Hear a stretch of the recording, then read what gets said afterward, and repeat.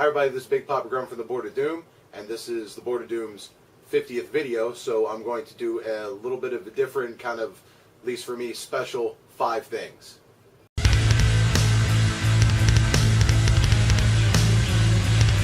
Okay, this is going to be a little bit of a different 5 things. I'm going to kind of in 2 parts. It was originally going to upload them as 2 separate videos, but I said, screw it. I'll just do it all as one. And this is going to be 5 of my favorite, just mine, not the board's, just my favorite wrestling-related YouTube videos, since we are a YouTube channel, technically. And in 5, actually I'm probably going to expand that a bit, but really the focus on the 5 YouTube videos or series or YouTubers that I watch, kind of that sort of inspired me to kind of, hey, I can do this. They look like they're having fun. I want to have fun too. So for the 3 of you that actually watch this on a regular basis, shout out to Will, Mike, and Scott. Yeah, so we're going to just dive right into it. Alright, so we're going to jump into the wrestling ones. And one of the... They're not all wrestling YouTube channels. 2 of them are podcasts that rebroadcast on YouTube, and the first one of those is Sam Roberts. Sam Roberts, if you don't know, he's the guy that shows up on the pre-shows quite often for the WWE pay-per-views. He's got the big orange hair. He does a lot of... He has a podcast called I'm Not Sam. He doesn't just focus on wrestling, but he tends to have a lot of wrestlers on there, and it's always a very nice conversation. He's had just about everybody you can name on there. But there's 2 of them that I want to point out that I absolutely loved watching. And one was his interview with Taz, because Taz is awesome. That guy has no grudges against anybody in this business, and he's just funny. Taz also has his own satellite radio program. The other one is his interview with Marty Scurll, which I watch because I like Marty Scurll. So it's a little kind of... I'm biased on that one, but it was a really good interview. He doesn't just, he doesn't pry too much. He just basically talks to them, and it's very easy for him to get them to open up about stuff with him. So there's that. So I highly recommend Sam Roberts' podcast if you listen to podcasts. If not, just check out the replays of them on YouTube. He posts them usually 2 or 3 months after they air. I'm sure there's legalities there. All right, the next one is... again, another podcast that is rebroadcast on YouTube, which is the Jim Cornette's podcast. I believe it's called the Jim Cornette Experience, and they rebroadcast it on YouTube. I grew up with Jim Cornette, not literally, but he was the heel manager in NWA and all that, and he's great. He is your typical 80s, early 90s, heel manager. But Cornette, I don't agree with everything Cornette says. So I'm not part of the cult of Cornette, as he calls it. I don't buy into every single thing he says. He has opinions. I have opinions of his opinions, and that's great. But he's so entertaining to listen to. He's funny. One of my favorite things, and it happens about probably once every show, is he threatens to beat up Vince Russo. Like, for example, I completely disagree with Jim Cornette on his opinions on guys from New Japan, like Kenny Omega and Okada and whatnot. He doesn't consider it real wrestling, but I'm of the school that this is the direction the business is going and the art form is going. So he does take things a little personal, but he's very entertaining, and his insight into the business, if you're an old school wrestling fan, it's very nostalgic at times. I don't agree with him. He doesn't seem to care too much for Kevin Owens or Sami Zayn from their days in ROH, but at the same time, you don't have to agree with him to actually find what he's saying funny. Sometimes it's outrageous, sometimes it's over the top, sometimes it's completely nuts. But yeah, no, he's fun to listen to. I don't have the technological capabilities to insert graphics and stuff. Otherwise, I would have loved to have put like a support Board of Doom. Give us a subscribe, because I'm a big fan of the Wrestle Talk News with Olly Davis, which is a branch off of Wrestle Talk TV. They're typically short. They do have longer videos, but they're typically 5-minute long videos where he recaps stuff from the night before, mostly WWE. They do talk a little bit about some of the other stuff. They reference Global Force every now and then. They don't really talk too much about New Japan, but they tend to focus mostly on WWE. And it's and yeah, they don't claim to be the sources. They quote their sources, whereas in our case we just say it was on the internet, because I don't take the time to cite things. But yeah, they're usually informative. They tend to give you a little bit of insight as to what's coming down the pipe. They do mentions like, take this with a grain of salt. So it's like, it's not a great source, but here's the rumor out there. So they do talk a lot of rumors. They give a lot of recaps. Their recaps are way more concise than ours. Olly Davis, and now with Luke Owens, who has joined the team. They're both very good. They're both entertaining. They're funny. My only problem with Olly is, unlike me, who wears a different shirt every video, because I want to see if I will run out of shirts before I give up making videos, Olly tends to wear the same 5 over and over, and it's kind of annoying. That brings us to WhatCulture Wrestling. Anybody who knows me on the wrestling side, especially the guys in the Board of Doom, they know I'm a big fan of WhatCulture. The whole site, CJ Truth as well. We I will watch WhatCulture movie videos. I will watch WhatCulture TV videos. Stuff like that. But I love the wrestling. I'm a big fan of Plumpy. Big fan of Pacitti. Love Jack the Jobber. King Ross is funny. My favorite is probably Simon. Simon Miller's great. He's the one that does the why. Here's why. But yeah, no, they're funny. They have if you've never checked them out, they have Plumpy's got the other Adam. But yeah, Plumpy's got the how I would have booked it, or how WWE should have booked it series. He also has a pipe bomb series where he just goes off about a particular topic. Doesn't post them too often. King Ross does WTF videos for Raw, SmackDown, and any of the pay-per-views. Sometimes for WhatCulture Pro Wrestling, which we'll get to in a minute. Spoilers. They preview and the upcoming pay-per-views. They do a what just happened, like immediately following a pay-per-view, which Adam does, which gives a like an immediate impression reaction, which is kind of cool. And they tend to lean the same way I do in how their opinions on some of the stuff. So what's going on and whether they liked or didn't like, I find myself agreeing with a lot of those guys. So, but yeah, there's that. But you can't talk about WhatCulture Wrestling without talking about WhatCulture Pro Wrestling. And WCPW is, I don't watch regularly. I tend to not watch for a while and then get caught up all at once because, they tend to post or whatever. They had such a following for WhatCulture, and the British wrestling was kind of in a lull. You had Progress, and Triple H hadn't swooped in to save British wrestling yet. But so they kind of filled a gap there, and they got a lot of well-known superstars to come and do cameos or one-shots or a small series of matches, on top of hosting some and giving extra exposure to a lot of up-and-coming superstars, such as Will Ospreay, Big Damo, also now known as Killian Dane in NXT. You had Bea Priestley. You had Marty Scurll. That's where I first really watched Marty Scurll. Like, I had heard of him, but I'm like, oh, it's that dude who breaks fingers. But no, that's where I was like, no, this guy's really good. They've hosted Kurt Angle. They've had Drew McIntyre Drew Galloway was the WCW champ up until he came to NXT. And they do the stories. It's like a real wrestling promotion.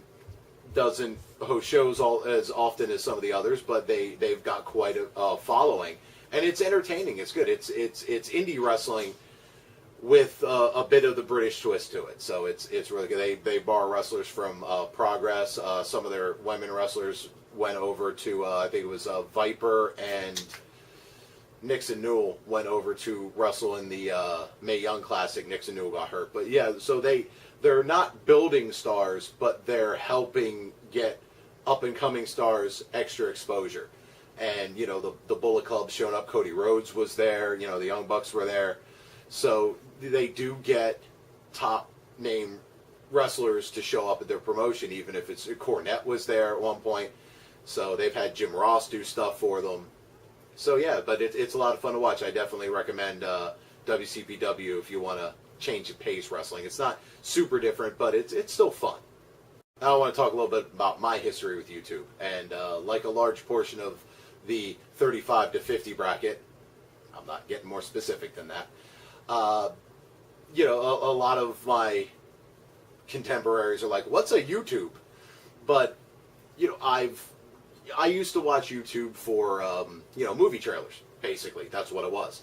And then every now and then you would see, you know, creative videos show up. Some not always created for YouTube, but most often, you know, in the early days, just stuff that was already around, people would just upload.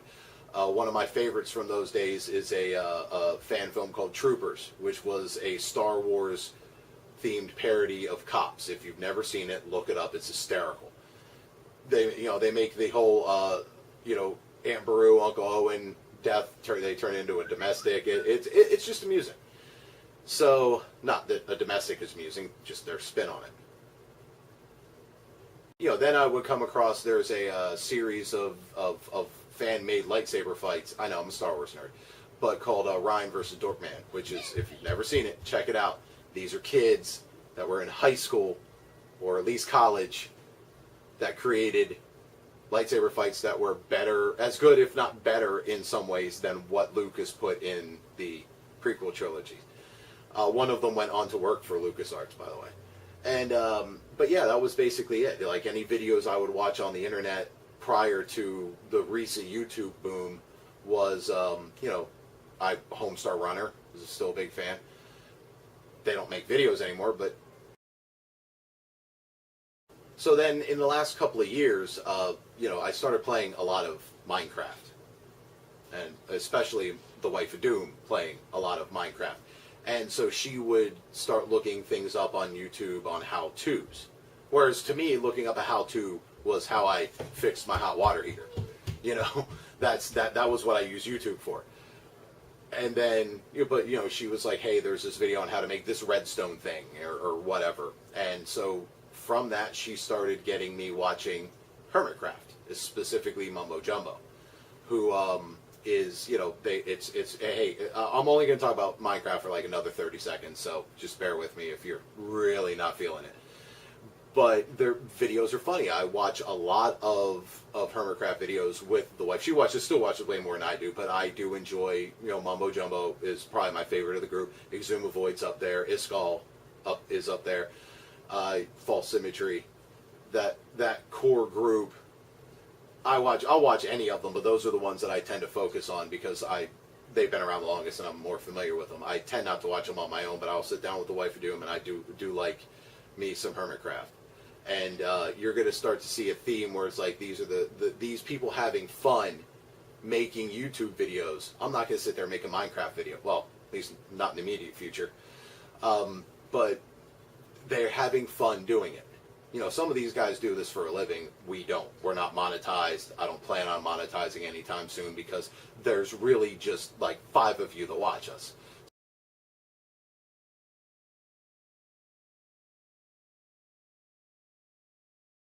Another group that I watch regularly would be Outside Xbox / Outside Extra.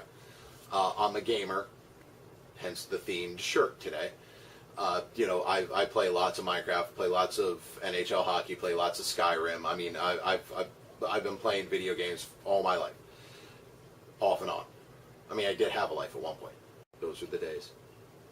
And one of the series that I just kind of stumbled across was Outside Xbox, which is not. It's a spin-off of Inside Xbox, or kind of like play, because one of the I think 1 or 2 of them used to work for Inside Xbox. And then they started their own channel, and they cover stuff that is just not only Xbox. And they do Let's Plays, they do list videos, you know, 7 things, blah, blah, blah. And they're funny. They're fun to watch. They've got a really good sense of humor. They're British, so everything in a British accent's funnier than in an American accent. And it's, yeah, they spun off. They have a second channel now called Outside Extra, where they basically do the same thing only with two different people, and it's still entertaining.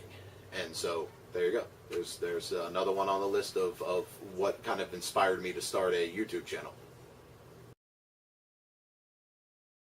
Cinemasins. Cinemasins is funny.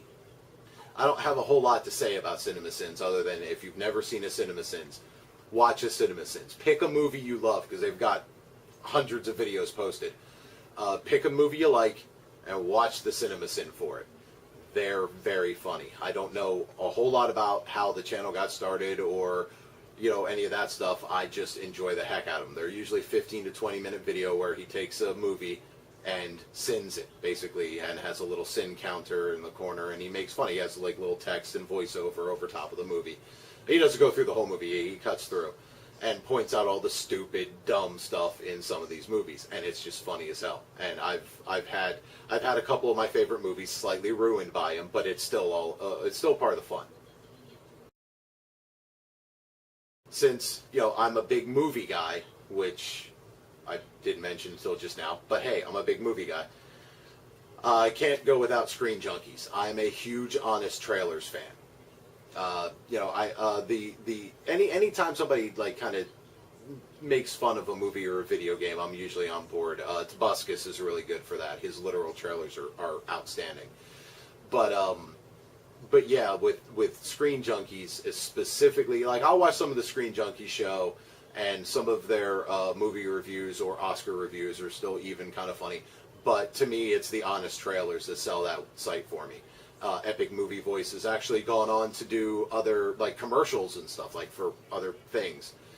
But his Epic Movie Voice is just perfect for that. And at the end of the videos, if you've never seen one, in the comments of like the previous video, you're supposed to put in what you want to hear him say in his Epic Movie Voice, and he will say it. Typos and all. Now, a couple of quick shout-outs to like Sean Zaz, I think his name is. He does the Senile Scribbles. If you're a Skyrim fan, you have to watch the Senile Scribbles. Just type in the Senile. I'm not putting links in the description because I never think of that kind of stuff because I don't watch YouTube on my computer. Rarely, only if I'm editing a video. What I usually do is I watch it on my Xbox, and you can't read comments. So, and there's no links. So, but, you know, hey, how hard is it to type in, you know, the Senile Scribbles? Used to watch a lot of It's Just Some Random Guy, who I don't even know if he posts videos anymore, but he would do superhero movie parodies with action figures. It was still pretty funny. Got a little carried away with it so for a while, but especially the early ones are pretty funny. How It Should Have Ended, any of their Batman and Superman stuff is just gold for me. If you're a Star Wars nerd, like I am, The Stupendous Wave does a lot of Star Wars theory videos, which are really good. His delivery's a little droll, but hey, but the content's still good. If you're a Skyrim fan or a Fallout fan, ESO, not Elder Scrolls Online, but just ESO. He does a lot of builds or walkthroughs, Let's Plays, that kind of thing.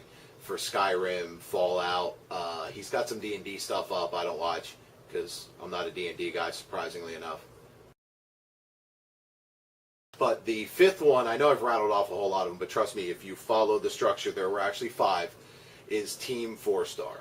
I am a Dragon Ball Z fan. I'm a big Dragon Ball Z fan. I have every episode.